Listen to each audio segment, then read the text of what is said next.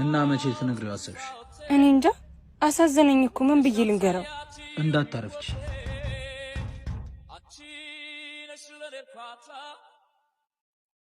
ኑሮ የለችም እንዴ? አለች። ልጥራል። ቆይ እሺ።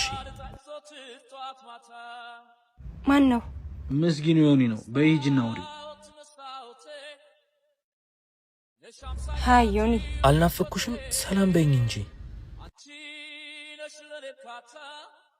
ምን ነው ደህና አይደለሽም እንዴ? አረ ደህና ነኝ አመሰግናለሁ። ምንድነው የደበረሽ ነገር አለ?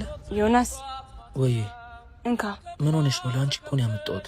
በቃ ዮኒ ካሁን በኋላ ሳልወድ የምታመጣልኝን ነገሮች ሁሉ እየተቀበሉ መኖር ከብዶኛል። በቃ ካሁን በኋላ ለራስ ኑር። ጥሩ ልብ አለ። እኔም የመጨረሻ ስጦታዬ ነበር። እኔና አንቺ አብረው ሲታዩ የሚያምሩ ግን አብረን መሆን ማንችል ሰዎች ነን። አትጥፋሽ።